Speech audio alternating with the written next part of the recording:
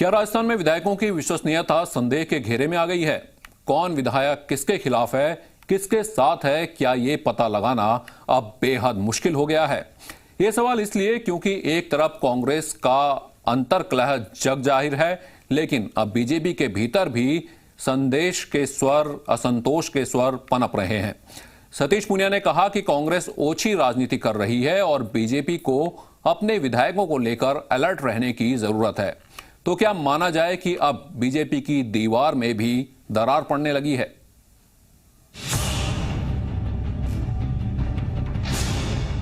एक तरफ कांग्रेस में अंतर्युद्ध मचा हुआ है, विधायकों की बाड़ेबंदी जारी है। गहलोत और पायलट खेमा सरकार बचाने और गिराने के लिए अपनी अपनी चालें चल रहा है।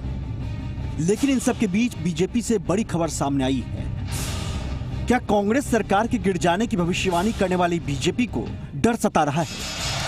ये सवाल इसलिए क्योंकि प्रदेश अध्यक्ष सतीश पूनिया ने जब कहा कि कांग्रेस ओछी राजनीति कर रही है और हमारा विधायकों से संपर्क जरूरी है और कांग्रेस की राजनीति को देखते हुए हमें अलर्ट रहने की जरूरत है, तो इसके चार मतलब निकलते हैं। पहले सतीश पूनिया ने क्या कहा वो सुन लेते हैं, फिर मतलब देखेंगे।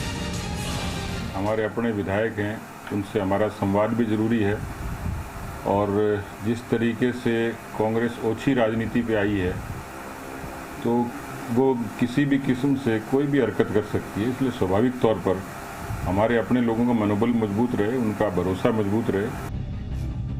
आपने सतीश पूनिया को सुना, अब उनके बयान के मतलब को समझने की कोशिश करते हैं। सतीश पूनिया के बयान के चार मतलब निकलते हैं। पहला मतलब, क्या बीजेपी को भी टूट का डर है? दूसरा मतलब, क्या बीजेपी का विधायकों से सही संपर्क नहीं है? तीसरा मतलब, क्या बीजेपी के भी कुछ विधायक कांग्रेस के संपर्क में हैं? चौथा मतलब, क्या बीजेपी के अंदर भी अलग अलग गुट बन चुके हैं?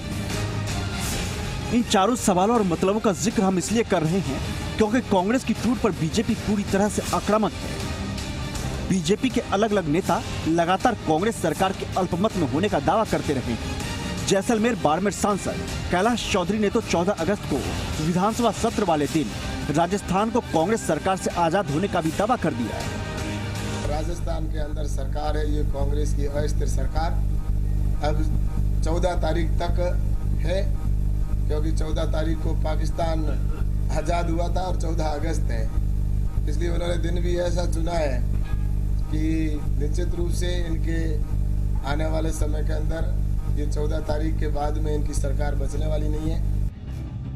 कैलाश चौधरी सरकार के अल्पमत में होने का दावा करते हैं, लेकिन सवाल यह है कि बीजेपी के अंदर अगर सब कुछ ठीक ही है तो फिर पूनिया को यह कहने की जरूरत क्यों पड़ गई कि बीजेपी को अलर्ट रहने की जरूरत है? वहीं पूर्व मुख्यमंत्री वसुंधरा राजे से बीजेपी के राष्ट्रीय अध्यक्ष जेपी नड्डा से मुलाकात के सवाल पर सतीश पूनिया कहते हैं कि राष्ट्रीय अध्यक्ष से उनकी मुलाकात को सामान्य नजरिए से देखा जाए और ज्यादा जिज्ञासा होने पर जेपी नड्डा जी ही स्थिति साफ कर सकते हैं। वो पार्टी की सम्मानित सदस्य हैं, राष्ट्र की उपाध्यक्ष हैं और व्यक्ति आपस में राजनीतिक लोग मिलते भी हैं, बुलाया भी जाता है, जाया भी जाता है, और इसमें मुझे लगता है कि आपको बहुत ज्यादा क्वेरी करनी हो तो नड्डा जी से पूछ लेना चाहिए। तो फिर क्या माना जाए कि कांग्रेस सरकार से फ्लोर टेस्ट की मांग बीजेपी सिर्फ इसलिए नहीं कर रही है कि अगर फ्लोर टेस्ट हुआ तो बीजेपी का एकजुटता का दावा और दिखावा सामने आ जाएगा? ब्यूरो रिपोर्ट, जी मीडिया।